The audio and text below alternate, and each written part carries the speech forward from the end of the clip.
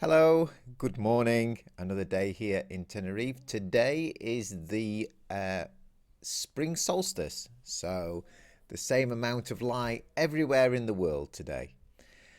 Um, Today I'm going to talk about, or we're going to think about soya farming and whether or not soya farming, the farming of soya, is a good reason for sticking to a meat-based diet.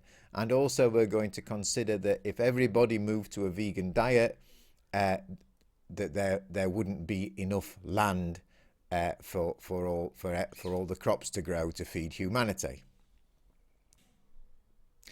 The reason that I wanted to talk about this was that 2 years ago I was in Stuttgart in the south of Germany, and I was walking up the high street when a young woman asked me if I'd like to if I had a couple of minutes to spend to think about the environment. And I said yes, and I explained that for me the environment was very important, and that was one of the reasons that I was vegan and that I only ate a plant-based diet. And then I asked her whether she was vegan, seeing as she was there protesting or certainly trying to raise awareness for the environment. I thought she herself might be on a plant-based diet. She told me she wasn't, and I asked her why, and then she asked me why. What's the connection? And I was surprised that she didn't realize that going vegan or going on a plant-based diet is the single most important change anybody can make to contribute towards reducing climate change and environmental damage. So she she thought about it for a little while, and then she said she didn't want to go vegan because soya farming destroys so much of the environment. Now, at this point, I didn't know a great deal about the farming of soya and the destruction that it caused. I'd heard a little bit, but I wasn't really aware of it.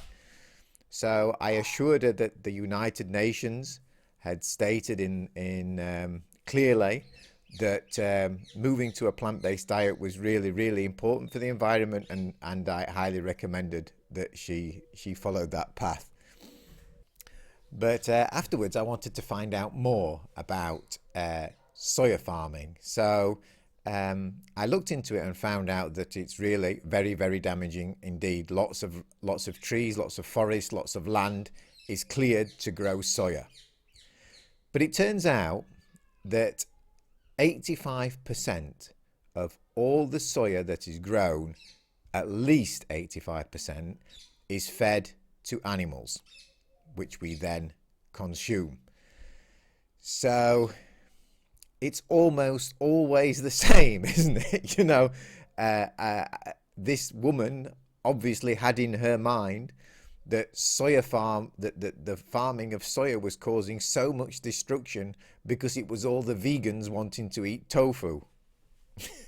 And it turns out that, again, it's not that at all. It's the reason that so much soya is being grown is to feed the cattle for people to eat meat. And I also discovered that soya is also not eaten predominantly by vegans, that soya is in so many products: cereals, bread, chocolate. There's a huge range of products in which soya is found.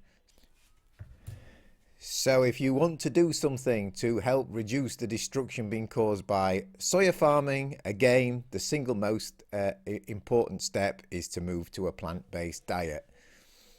And the other issue that I thought would be worth addressing in this today is the idea that if everybody moved to a plant-based diet, there wouldn't be enough land to grow all the crops to feed the people who were then eating vegetables. But I think what people forget is that the animals need to eat something. I think people completely forget that cows, pigs, chickens, all these animals that we eventually eat have to eat as well. And of course, if we're not raising animals to eat, then this releases so much land. In fact, we would have so much more land available to grow crops and vegetables or whatever we wanted. We would be able to feed millions and millions, if not billions, of more people just just by saving the land that's taken up at the moment for growing crops for animals to eat. It takes 16 kilograms of plants to create 1 kilogram of meat. It's a highly inefficient system, not only causing suffering for the animals as always, but also for the planet and the environment. And at the end of the day, I think, in my opinion, it's impossible to be an environmentalist, to say that you're an environmentalist or that you're campaigning for the environment and still eat meat. To do so, it's like saying I'm against smoking and still smoking 40 cigarettes a day. So I hope this clears up a little bit the situation with regards to the environment. You know, I think the environment is really probably one of the most important issues that we all face today.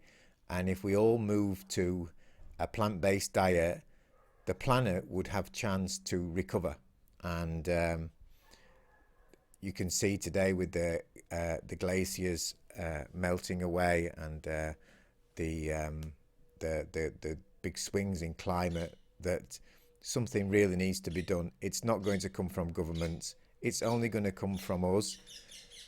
And this is our chance. You know, I'm sitting here today and it's the 6th day of the lockdown here in Tenerife because of the coronavirus, and I don't know when you'll be watching this, but I hope at this moment that it's our opportunity. We all have the power to make a change, and for the sake of the environment, for the sake of Mother Earth, I really hope that you find the power and the courage within yourself to make the change to a plant-based vegan diet. Thank you very much, and I'll be here again tomorrow with another video. Bye bye.